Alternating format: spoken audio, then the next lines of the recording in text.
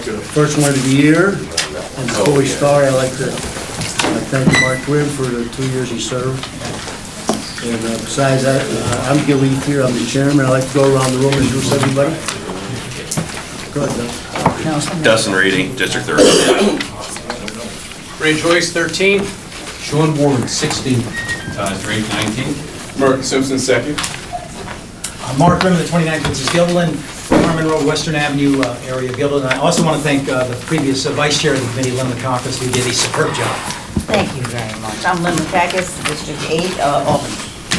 Jeffrey Kuhn from District 35, and Delmar and Glenmont. I have obviously big shoes to fill as the vice chair, but I'll do my best. And like I said, I'm Gil Ethier, Cohoes and Colony. Okay. Approve the previous meeting. Second. Anybody opposed? Unanimous. Confirm the appointment of the Director of Civil Service. Good evening, Mr. Chair, lady and gentlemen of the legislature.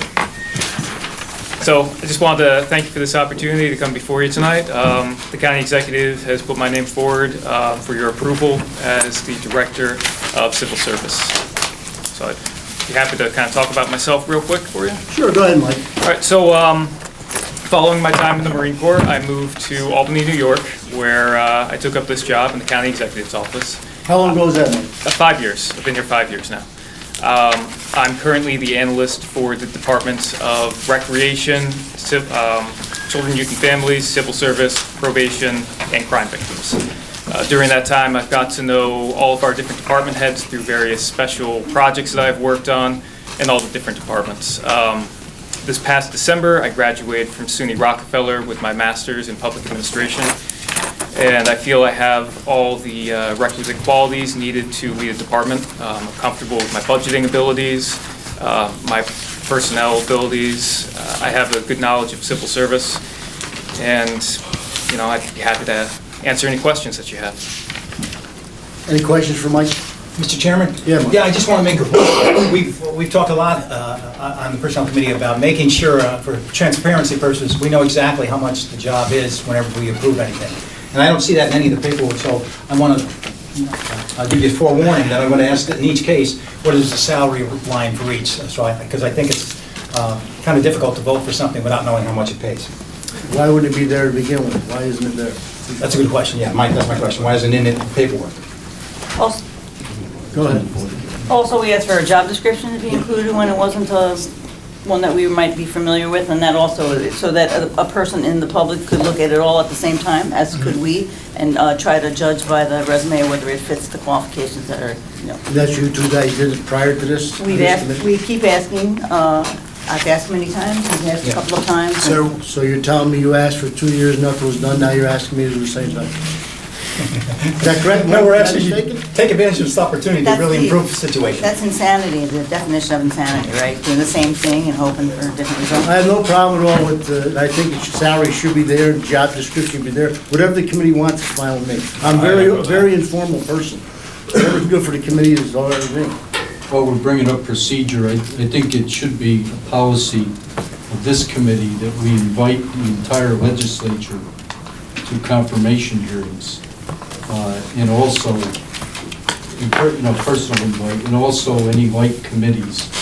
In other words, well, civil service would be just personnel, but we're talking to the county attorney, you should invite the law committee, and just a suggestion, and so on. But every legislator should know that we need confirmation hearings. How's the committee feel about that? Good. No objection. Objections? All right.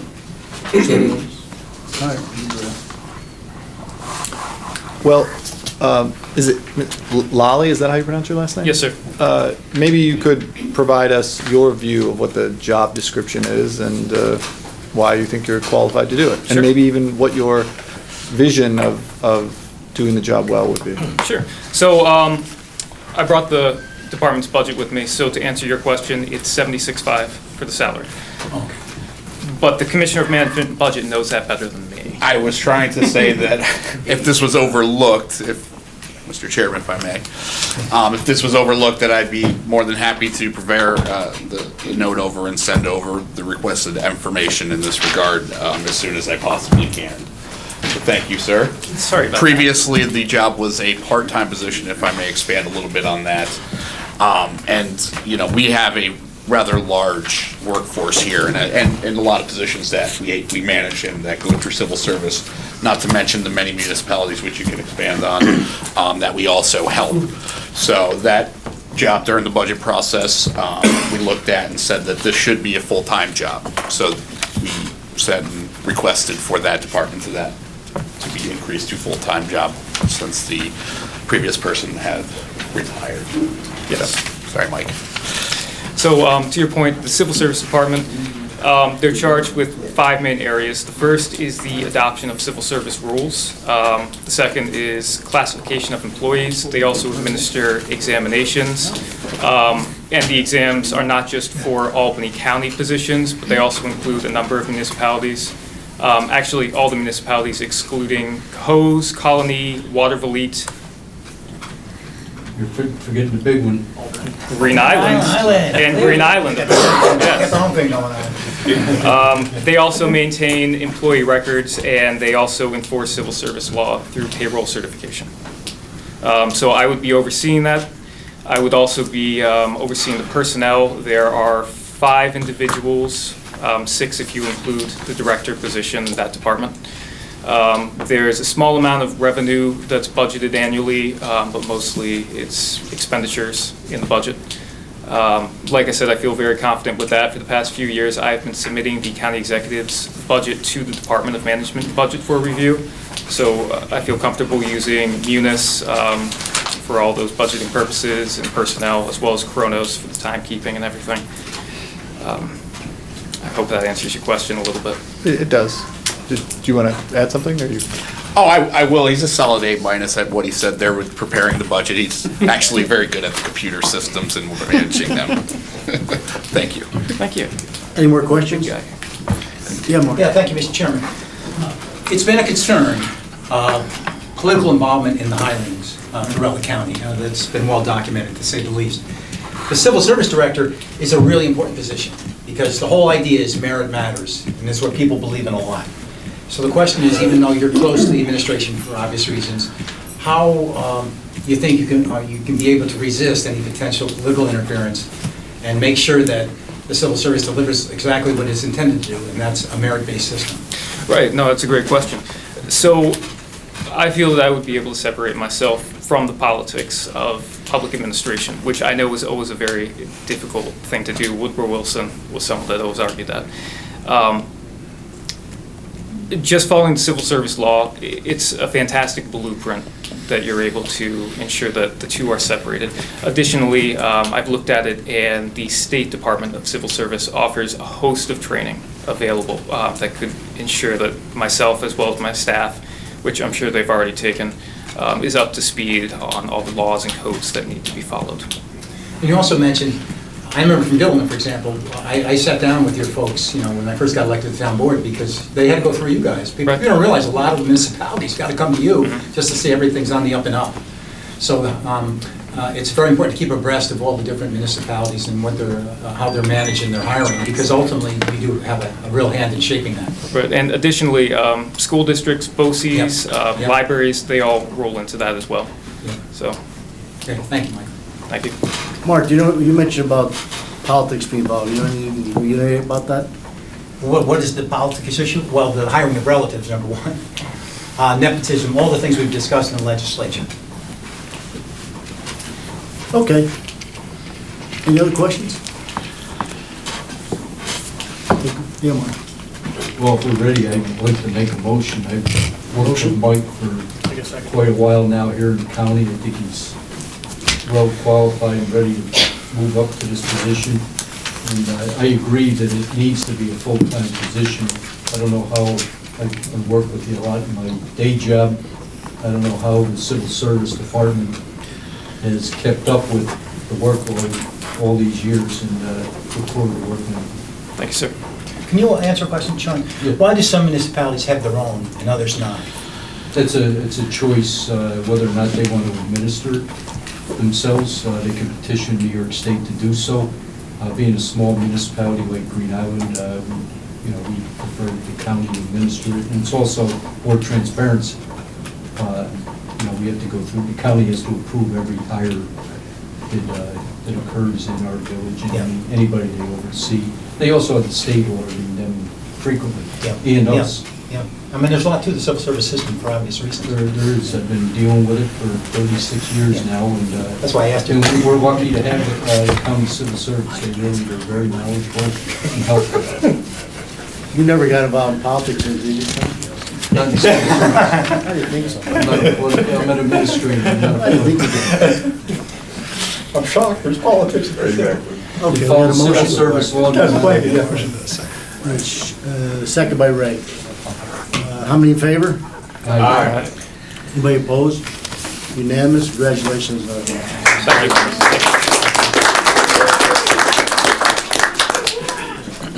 Appointment of the County Director of Economic Development.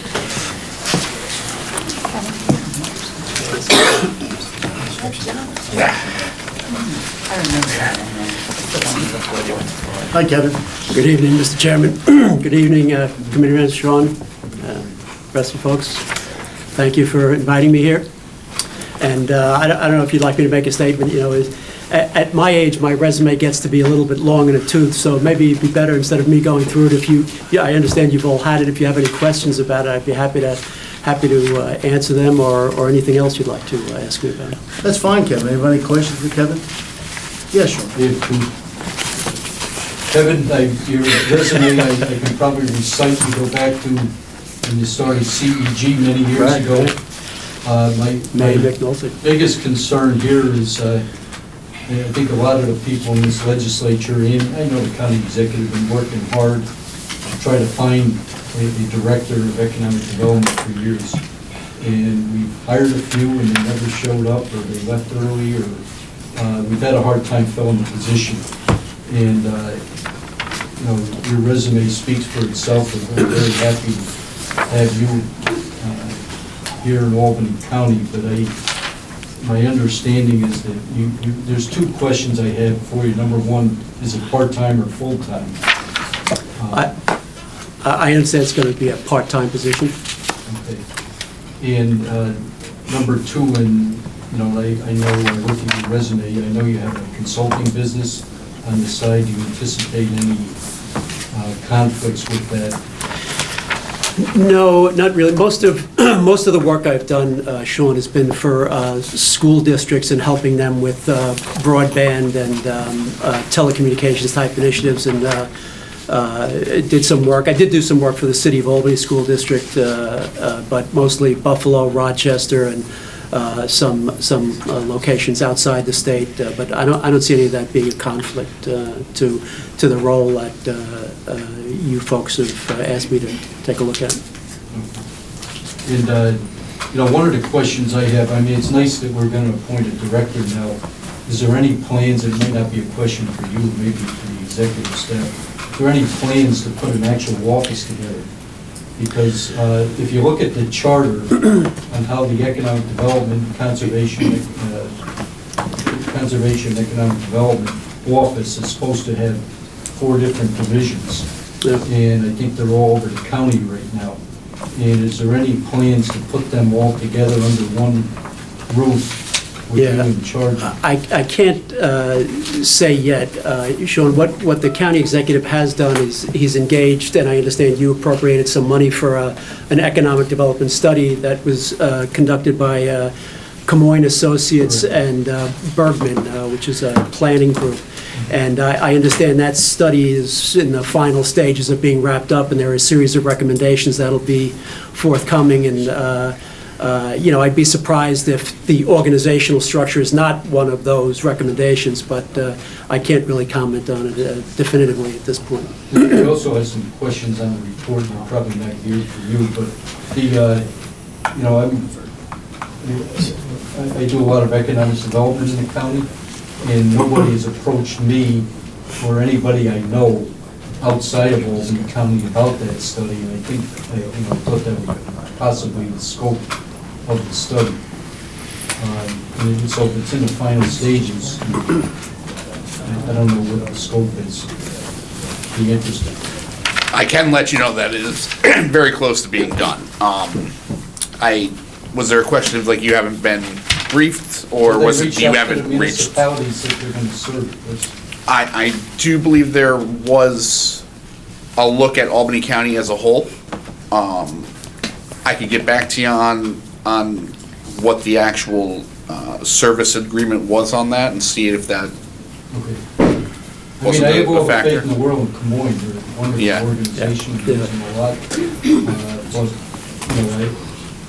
I know nobody that has had input on, or even heard anything from the consultants on this study, and I would assume that the municipalities would have some input into it. Makes sense. I'll definitely get back to you as soon as I can, though. Okay, Any more questions? that's all I have, Mr. Chairman. Yeah. Well, not so much a question, just a commendation. It's great to see someone of your experience here in front of the table. I'd like to also toot my own horn, I don't get to do that often. But I did battle members of this body for about a year to change the job description to allow for a distinguished person like yourself to come here and present himself for appointment. So kudos to me. Thank you. And, no, thank you, welcome. We're glad to see progress in economic development, and, I think some of the comments that Mr. Ward brought up about involving municipalities are very, very poignant, and hopefully that, under your direction, that will be more Absolutely. prolific. So, thank you. Could you just share with us what you think some of your major accomplishments have been in initiatives for economic development? Well, again, I've been around a long time, so this goes back. I used to be on the staff of then Governor Mario Cuomo, and while Governor Cuomo was in office, I was the author and one of the chief promoters of the so-called Opportunity Zone program, which later became the Economic Development Zone programs, which was a program that targeted state assistance to economically disadvantaged communities. Governor Mario Cuomo felt that, those communities that are the most disadvantaged are the ones who should be targeted for the greatest amount of resources. And we got that legislation passed, and that was in place for probably 10 or 15 years until it was changed. But more recently, when I was chairman of the Capitalized Albany Corporation, which was formerly the Albany Local Development Corporation, one of the programs that I'm the most proud of is the development we did around Park South, the area in and around Albany Medical Center. And in that capacity, we bought up about 23 properties, assembled them, got some grants from the state government, and then turned them over to a developer who revitalized that whole area around the medical center. And, I think that's good economic development. It provided jobs and opportunity, and really kind of invested in that neighborhood to the extent that it had never been before. But, these times are different now, and the economic development is different, and the businesses that prospered in the past are probably going to be different than those that prosper in the future. And I think the county's got to be prepared to meet those challenges and do it in a way that's fair and equitable to everybody, make sure that the people of Albany County are beneficiaries of whatever economic development that happens. And just on a personal note, I'm very appreciative of Albany County is the reason why my company, Tech Valley Communications, now known as First Light Fiber, is still in Albany County. I had bought a company in New Hampshire, and the governor of the state of New Hampshire called me up, somehow got my cell phone number. I actually thought it was somebody kidding around with me. And he said, listen, we just had a company, Albany International, move to Rochester, New Hampshire. There's no state personal income tax, and there's much less regulation, and so on and so forth. And I had to go to my investors and talk about that. And it was because of a loan that the county made through the IDA to us to the tune of, I think it was about $200,000, that enabled us to relocate and move our headquarters into 41 State Street, where the company is still headquartered to this day. So, part of, what I'm doing, I'm fortunate enough that I've done okay in life, and I wasn't planning on going back to work, but, Dan, is passionate about this, and I'm passionate about helping this county. This county has been very good to me. I've lived and worked here for the last 40 years, and it's provided me a tremendous amount of opportunity, and I'd like to try to help the county give back. I think the county is at a slight disadvantage to some of our surrounding counties when it comes to economic development. Rensselaer County is killing it with Regeneron and with Amazon. Schenectady with their Metroplex entity is tough to beat. They're funded to the tune of $8 million every year through the sales tax levy in Schenectady County, and Saratoga County is they're off to the races. Fastest growing county in the state. There's no reason why Albany County can't do as well, if not surpass them. And not by trying to steal businesses from these other counties. That's a zero-sum game. But by trying to attract investment from outside the county and help try to grow businesses from within the county, from the districts that you all represent, and it can be done. It's been done elsewhere, and I think we can do it in Albany County. Yeah, I'd just like to say for the record, this is a particular position that I've been concerned about for a long time. And I think from the very outset that there was a search that I was made aware of, I always felt that somebody like Mr. O'Connor was the kind of person that we needed. And it was always a question to me, why, with the number of economic development in developers in New York State, why it was so difficult. And I pointed out that somebody working for the state who's making $80,000 probably would be willing to take a county job that pays $120,000, especially since the state and the county are in the same pension system. But I'd like to, revisit some of the comments that were made earlier. I'm a stickler for the merit system. I've been the lead diversity officer for New York State from 1980 to 2000. And in that capacity, I monitored every state agency for civil service compliance for selection, that is testing and the qualifications of people. And I think one of the problems we have as a legislature is that we think that because we're in the unclassified service, it's okay for us to put people in policy-making positions who don't have the qualifications. Now, I would say we do have a problem sometimes with nepotism and patronage, but I don't have as much of a problem with taking somebody who may have a patron who is qualified for the job and who's very well qualified for the job. The problem I have is when we have important policy-making positions and we put people who don't meet the minimum qualifications and even try to subvert and lower qualifications to get favored people. That's when the people of the county are not served. So I think that you're the kind of person that we needed in the beginning. I'm not sure why you or one of your other cohorts couldn't have been attracted earlier, but I'm glad that you're here now. Thank you. Any other questions?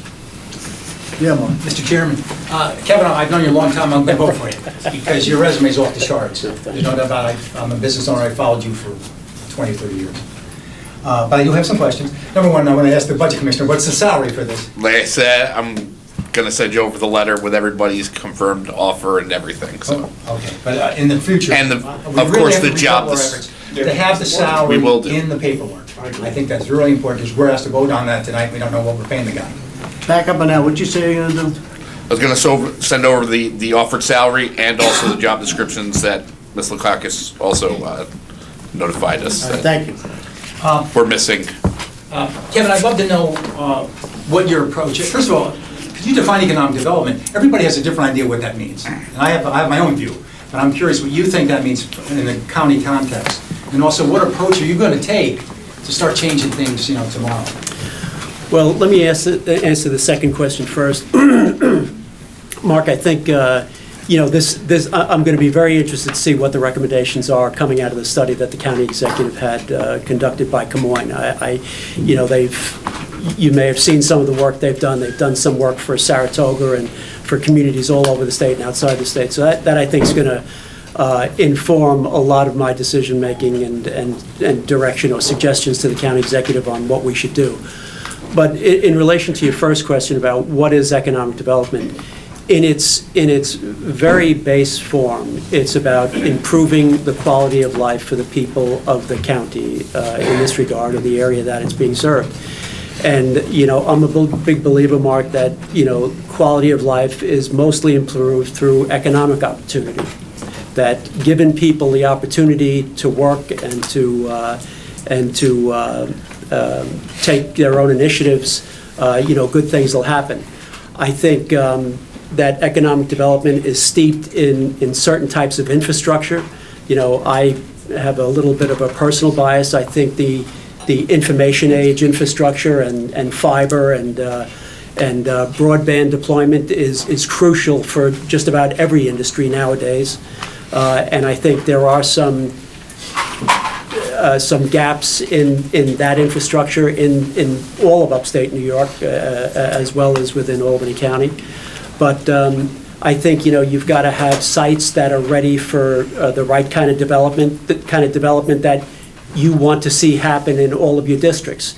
And, another thing I believe, because Sean may remember this, that when I was at CEG, we were trying to site a semiconductor manufacturing plant over in Rensselaer in DeFriestville. And it became clear to me the people in DeFriestville did not want a semiconductor manufacturing plant. For if they had, there would be one there now. I mean, I have no doubt it wound up going up to, that one went away, but ultimately the next one went up to Saratoga County. And I'm not sure that semiconductor manufacturing is the way to go. I like what Rensselaer County has done with Regeneron in the health sciences field. I think that transportation-related economic development holds a lot of promise for Albany County just because of its location, and the infrastructure that already exists here. I think that some of the technologies that are coming out of our universities, which with the exception of RPI, most of which are right here in Albany County. I think that the investments that have been made in the SUNY Nanotech corridor up on Fuller Road can be leveraged to a greater degree. It's a great development, but unfortunately we haven't seen a lot of spin-off economic development occur as a result of that. Some has, but not like you've seen in some other places. And I've been to Austin, Texas, and to Portland, Oregon, and some other places in some of my past lives in looking at how economic development has occurred. And but I think there has to be a kind of unified understanding and interest in the kind of economic development that the county wants to see happen. And everybody's got to be on the same page about it, and there are certain things that people may not want to see happen in their communities, and that's fine. But I think we've got to understand what that is up front and not try to, force projects into communities that aren't willing to have them. It's a waste of time and money. You've been in this community a long time. I've been in there a long time. There are a lot of business people, they pull their hair out at some of the rules and regulations that are passed in Albany County. And are you sensitive to that frustration? And do you plan to do anything about it? Mark, I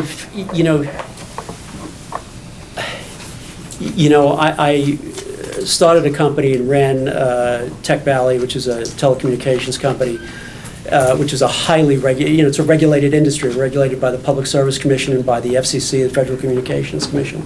And I've kind of came to the conclusion over time that it's not our job to try to change regulations. It's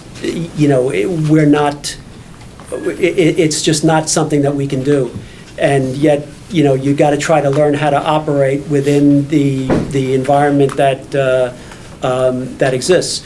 I think the role of an economic development entity in the county might be to let the interests in the county know what some of the impacts might be of certain types of decisions. But listen, you guys are the elected officials, I am not, and so, and I don't have to run for reelection, you do, and you've got to be responsive to your constituents, as does the county executive, and you guys do this very well, so, and these are not easy things, but, you got to work, I guess what it comes down to, you got to work with what you have. But you can help influence that, given your perspective, which I hope you will, and I understand the political dynamics of it. But I also want to ask you, how are we going to measure how well you do? Well, I think that's a In good a year question. from now, when we say, how'd this guy do? What should we look at? Mark, I'm all about metrics. I think if you can't quantify something and with a specific numerical value, it's not worth doing. Again, there might be other fields that it is worth doing, and you may not be able to quantify it, but I think that dollars of investment, numbers of jobs, and numbers of projects done should be the way to evaluate how poorly you do. And you'll be tracking out of your office, will be tracking? Absolutely. Okay, good. Absolutely. Okay, any more Thank you. questions? No, thank you. Paul? I just want to say that I've known Kevin longer than I would care to admit, but probably from the early 80s, when he was counsel to Mario Cuomo, and I was working for the deputy majority leader. He's an absolute gentleman. He is a consummate professional. When I was with the town of Colony, we worked very closely with the Center for Economic Growth. I don't think we could have a more qualified candidate before our legislative body than Kevin. And whatever we did to tweak the law to make this happen, and for Dan to have the vision to appoint Kevin, it was a very positive day for Albany County, for me on a personal basis and a professional basis. Thank you. Thank you, Paul. I'll take a motion. Sean, second by Mark. Anybody opposed? It's unanimous. Thank you, Kevin. Confirm the appointment of the Albany County Attorney.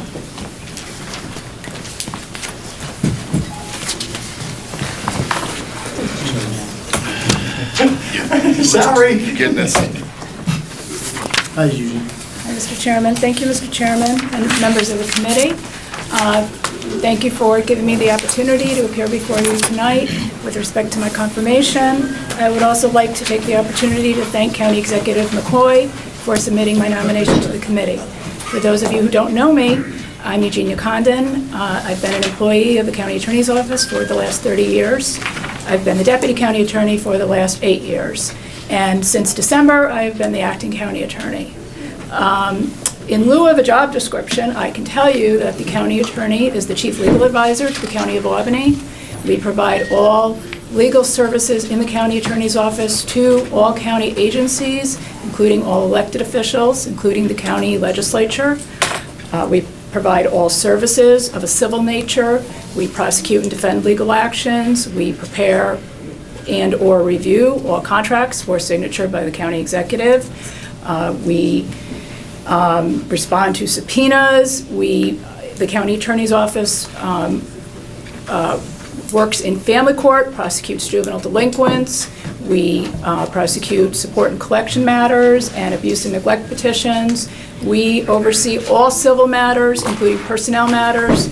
Any matter that is of a civil nature that the county may be involved in, a legal nature, the County Attorney's Office is involved in, and the County Attorney is the overseer of those matters. During my time in the County Attorney's Office, over the last 30 years, I have had involvement in probably with every county agency and have had a wide-ranging area of duties.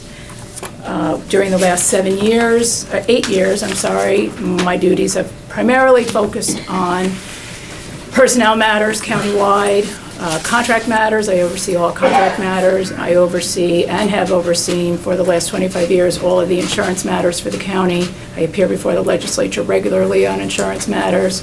I work with the Litigation Bureau with respect to settlements.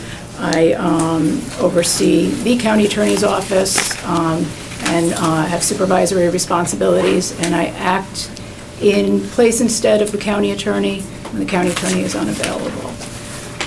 I would like to thank you for this opportunity to have appeared before you. Thank you, Regina. Anybody got any questions? Go Mr. ahead, Chairman? Mark. Yeah. You've been 30 years in the county attorney's office. Yes. You must have a bunch of ideas. There must be a couple say, boy, I wish if I ever was in charge, I would do this. Do you have a couple of things like that you can share with us? So I have been lucky that, especially during these last 8 years, ideas that I've had have been taken into account, working with both county attorneys during the last 8 years. I was very lucky to be able to work with the merger that we did. When County Executive McCoy became county executive, we actually merged all the legal functions within the department, and many of my ideas were put into place. Probably the biggest idea and the biggest challenge we have facing the county attorney's office right now is attrition. Much of our workforce is attorneys who are nearing retirement or have retired and come back on a part-time basis. And we have an institution of knowledge that these attorneys have that has not been passed down to other staff.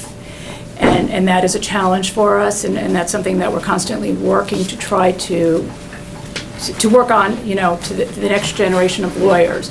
We were very lucky, and our attorneys were very grateful to the county legislature and the county executive for the increases in salaries that they got in this year's budget. They had new titles in the budget and new salary increases, and we're hoping with that we will be able to maintain staff because we have seen many attorneys over the years that we've trained, and they've left county service. The county is, I can tell you 30 years, we've had attorneys who've been with us 30 years, 40 years, and retire because the county offers a wonderful benefit package, and it really is a wonderful place to work. The problem with many of young attorneys, they have very high student loans, they have expenses, and the salaries have been a problem for them. So what's happened is we get attorneys and we train them in their fields. We train them in litigation, we train them in family court, we train them to go off and do things. And as soon as they're trained, guess what? I got a job at the state making $12,000, $15,000, $20,000 more than you're paying me. Can you match that? We can't match it, and they leave us. And so then we have to start again with someone fresh out of law school. So now with the salary increases we're seeing, people are more willing to stay and more willing to invest in county government because, with health insurance, investments in health insurance, they recognize how expensive it is to go out into the private world. They can't afford health insurance. The benefit package that the county offers is substantial. It is one of the best out there. These are things that people start to recognize as they have families and they want to stay. So the big mission that I think is important for the county attorney's office is to keep these attorneys interested and to educate them and to keep them moving on, to keep things going, especially in the areas of our foreclosures, our real estate. We have a one-man team there, and we need to work on keeping that going. Our family court, we have attorneys. We are actually losing an attorney right now who's been with us for 32 years, who is pretty much an expert in the area of abuse and neglect, and he's retiring. So it's keeping people who are experts, and then educating the new people. Thank you, Mr. Chairman. Any other questions? I just want to say one thing, being here as long as you've been, I think we've been lucky. Thank you. Because watching your career with the 30 years you've been here, you've been excellent, you're dedicated. Thank you. And I want to commend you, McCoy, for making a good appointment. Thank you. That's my feelings. I'll take a motion. Motion, right? Second. Anybody opposed? It's unanimous? Thank you.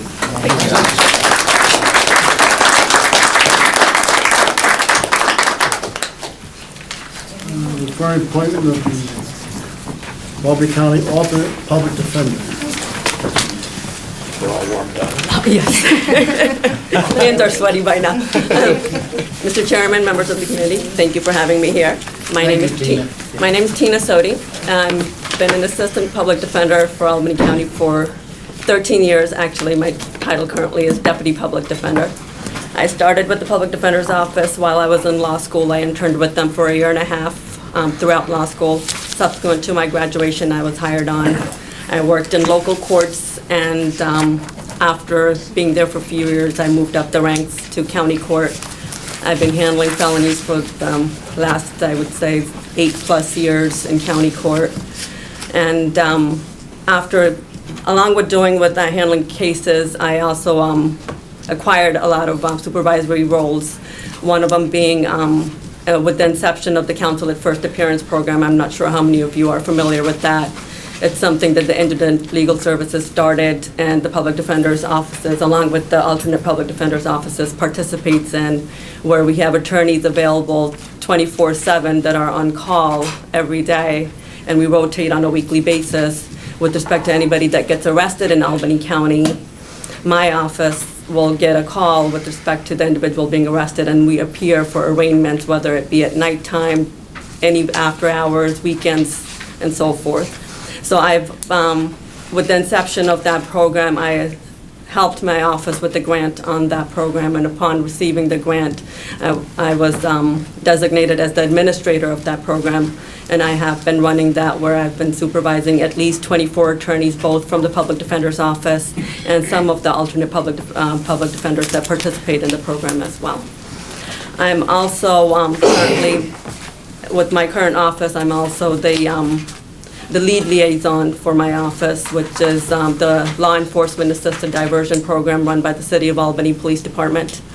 So I participate on bi-weekly meetings with them, along with the policy coordinating group meetings with that. I also sit on the board with the District Attorney's Office Felony Diversion Board as the liaison from my office currently with respect to that. So I believe I bring a lot of experience, and the fact that my entire career has been dedicated to public service and being a public defender and defending the indigent in our community currently. And my goal is to continue doing that. Any questions for Tina?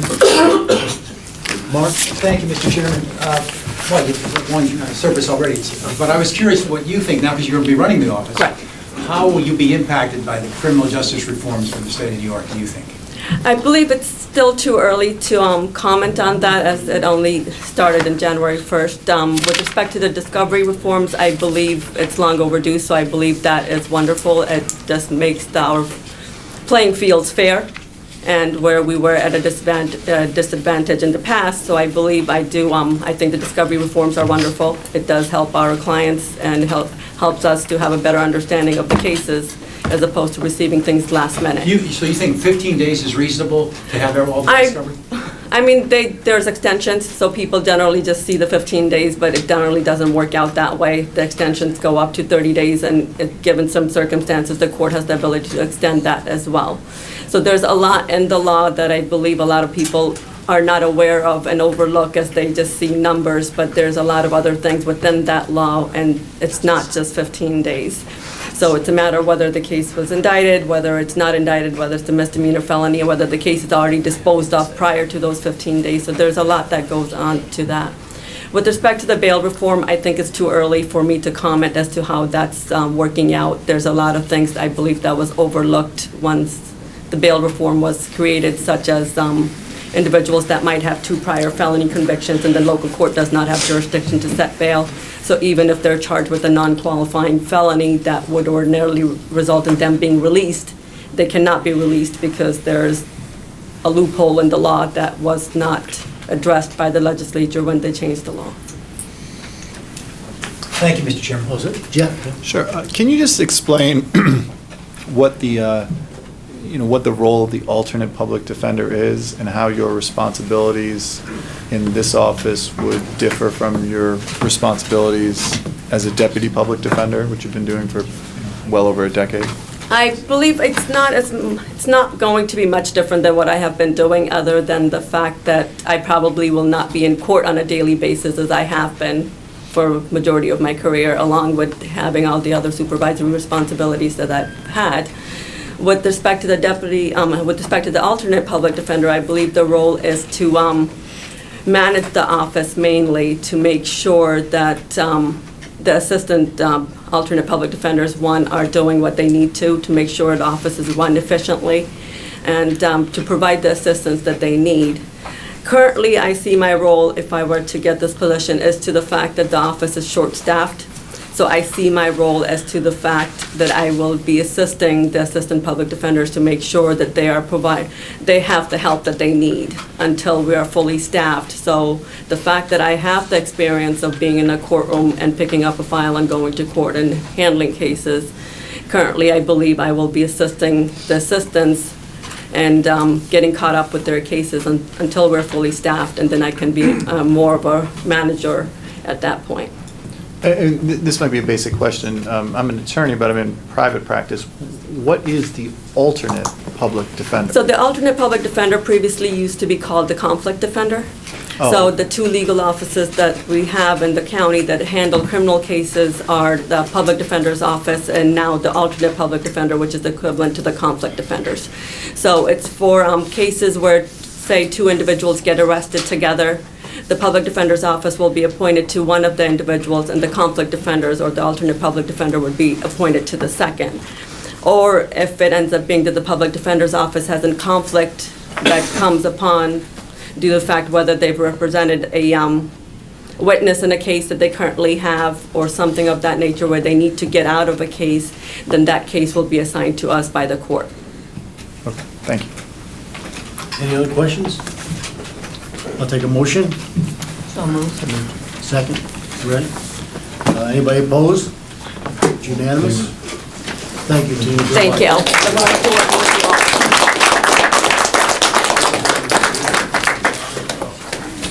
Authorize the public defender and the alternate public defender's office to consider out-of-county applicants for the position of assistant Albany County Public Defender and alternate Albany County Public Defender. Good evening, Chairman, members of the committee. My name is Luke Rogers. I'm from the County Executive's Office. I'm not being appointed to anything. Judge Herrick is at a conference doing the good work of the county, so I just wanted to fill in to present this RLA. At this time last year, the legislature approved a one-year waiver. It's a partial waiver to the residency requirement, whereby an attorney could be hired who lived outside the county so long as they moved within the county, moved into the county within a year. Just to set the context a little bit, the county and all counties statewide are in the process, in the second of 5 years of receiving a significant amount of funding for the further development of both the Public Defender's Office and the Conflict Defender's Office. That was actually an issue that our county executive worked very hard to advance at the state level.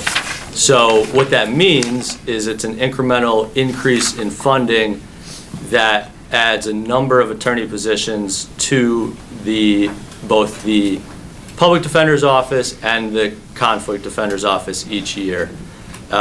You'll see in the first year there were I believe five hires, one of which was in county, 4 were out of county and have since moved into the county, which you can certainly consider a benefit to the county. The public defender, of course, advertises and prioritizes in-county hires, but because of that increase that, if you think of the increase that we are having in hiring these positions and magnify that throughout every county in the state, it's an increasingly competitive market for attorneys, for hiring public defense attorneys.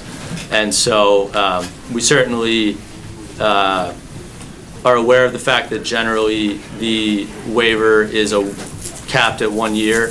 In this case, the public defender, there are 2 changes that are asked of this request. One is to expand it to include the conflict defender. It's the same pool of applicants, so it just makes sense. And secondly, we're hoping, the public defender is hoping to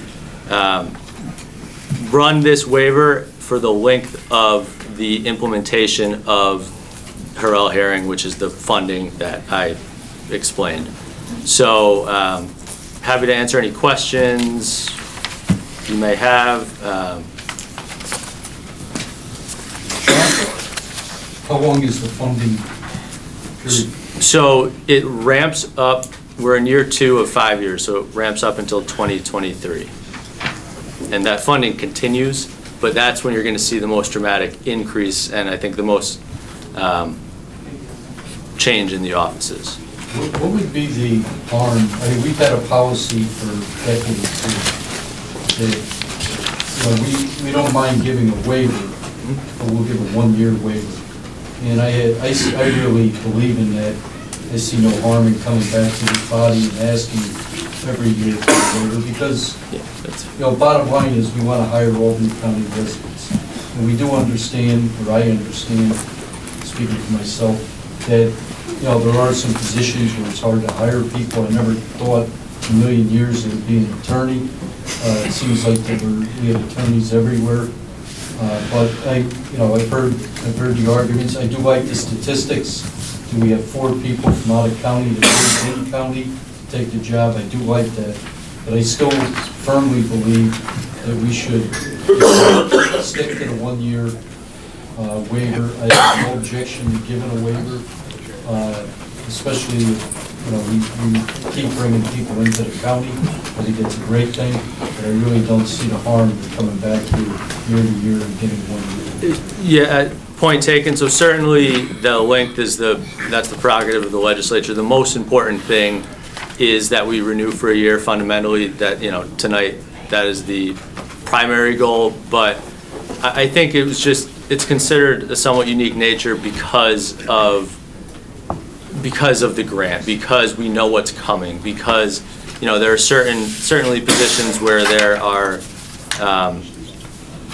tough times hiring. It's very competitive, and occasionally department heads will come to you. It's the anticipation that we know that for the next 3 to 4 years we're going to continue to build these offices up, and it's as we compete with every office in the state for the same pool of attorneys, and I know we're in Albany, there's plenty of attorneys, but as we compete for that same pool, can we position ourselves in a competitive advantaged position? So it is ultimately the legislature's decision, but that is the ask we were making. Well, can I ask, do you think that so are you asking for a 4-year waiver or just an open-ended waiver? I'm just... At this point, to the end of the grant period, and then we would revisit, come back, assess the situation. I don't think I think the waiver would want to be continued after that, but we didn't think an open-ended waiver was realistic. Okay. Do you think there's a practical benefit to your ability to attract and retain qualified employees of having the waiver last more than 1 year? I think, the public defender has been going throughout the state, going to conferences, working to attract qualified attorneys, and I think he does view it as he's competing against all these other counties, and every advantage that he can have as he does that is one extra incentive that increases his ability to bring in the most talented. I don't want to speak for him too much in terms of beyond that. Well, do you think that having the waiver, the length of because I'm trying to figure out the merits or whether or not to adopt Sean's proposal, and I'm just trying to figure out if there's some practical reason not to do a year, or because if you tell me there is, then I'm willing to listen to it, but I'm just trying to determine if there's no practical benefit to doing longer than a year, then why not do it just for a year? Yeah, I think, there is continuous recruitment for these positions, and there's always the possibility that in a year, not saying this is likely, but that you come back and the waiver would not be granted. I guess that would be my only argument in that regard, but I'll leave it at that. Okay. Sean? That possibility does exist. However, in all my years on the Personnel Committee, and I know there's people like the chair that have been here longer than me, I don't think we may have denied one because they didn't do their due diligence. If you come in and make a compelling case like you are tonight, that you need a waiver, I don't see any reason why we couldn't do it year to year. If you come back next November and get it for the following year, if you think it's going to be an issue in 2021, and make a compelling case, I'm pretty sure this body will grant it to you, or history has told us that they would. But I think as a legislature, we have a responsibility to our taxpayers to keep them employed. And, if there's lawyers out there in Albany County looking for jobs, we want to make sure that they get first shot at it. And again, I don't mind the fact that we're going to attract a lot of county applicants and bring them into the county. That's a good thing. But as far as the waiver goes, I personally would like to see it just go year to year, like we have in the history of Albany County, as long as we had the residency requirement. No, I understand. I think, there is an argument, but ultimately it defers to the committee's judgment, so. Thank you. I have a question. Go ahead. How many other positions or departments are there currently like the same waiver system in place Throughout the right county?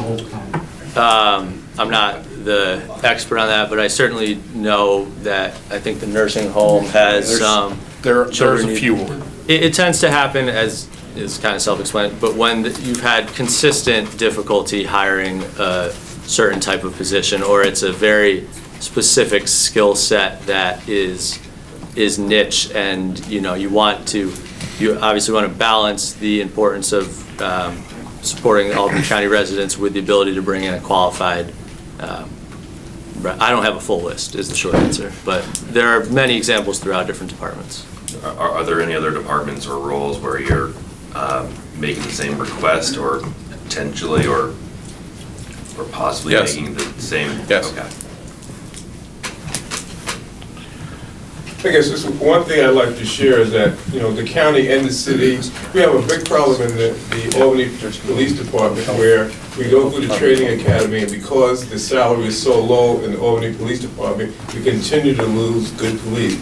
I can tell you that I left civil service in 2000 making a salary of $60,000. If I was in that same position now, I'd be making more than $93,000. We're at a serious disadvantage with the state of New York, including the fact that there's a very, very high promotion ladder, and there's a number of state agencies that pay very high. I think right now, the starting salary for secretaries and direct care people is $40,000 plus benefits, which is, hard for us to compete with. And I don't think that it's different when it comes to attorneys. So I think that the argument that we might lose good talent because of the disparity in money, we just lost our commissioner for children, youth, and families, who's going to my old agency, the old part of social services that's in Rensselaer, children and development.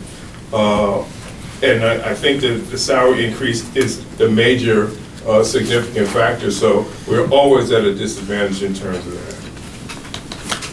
Yeah, Mark? Yeah, Mr. Chairman, this comes up a lot. We need to pay everybody more money so we don't lose them. The research indicates, by the way, in 3/4 of the cases, people don't move for money. Whether they like their boss, their coworkers, are they making a difference, is there room for advancement? So there's a lot of factors that affect whether people leave or not. But I don't think it's realistic for us to say we have to compete with the state. The state has another $180 billion budget. I think we ought to focus more on how can we be more competitive in other ways so we keep our people. And that's a complicated and thorough question that needs to be answered, rather than saying, well, if we don't pay them more, they're going to go to the state. We're never going to be able to compete with the state. That's the reality we live in, being in Albany County. What are you going to do with this, Sean? You seem to raise the question, you okay with this? You want to make an amendment or something? Well, I'd like to amend it to maintain it at 1 year, or 1 year waiver. I have no objection to the waiver at all, but I'd like to maintain the 1 year resolution. And they can come back next year, the year after, whenever if you prove this you need it. How's the rest I'm of the okay with committee? it. I'll second that. Second. Anybody opposed to that? I'm in favor. It's unanimous. Thank you, Chairman. Motion Thank you, adjourned. members. Well, Wait a minute, that was the amendment you voted on? You voted on the That was just the amendment, now we have to vote amendment. on the Yeah, still here. thing? Correct? That's right, that's amendment. We voted on the amendment. As amended. Want an amendment? All in favor? so we vote, so, okay. We voted to amend the res, now we're voting on the On the amended amended resolution. resolution. Okay, Amend the resolution. all right. Aye. I don't think it was a resolution form. It's not an amendment to a resolution. No, You're it's not not, making an it's not a amendment to a resolution form resolution. yet. You're making an amendment to the request. You're not formally amending the request. You're making your own decision to make it a one-year waiver. There's nothing to amend. Okay. Is that what you want? Is that what everybody wants We're that? thinking we're good with that. Everybody's good with that? Yeah. Sure. All right, good. How do you vote? It's unanimous. Everybody's unanimous? You want to go name by name? No. Everybody's unanimous? One year. I'm good. I'm glad you're all satisfied. Let's get out of here.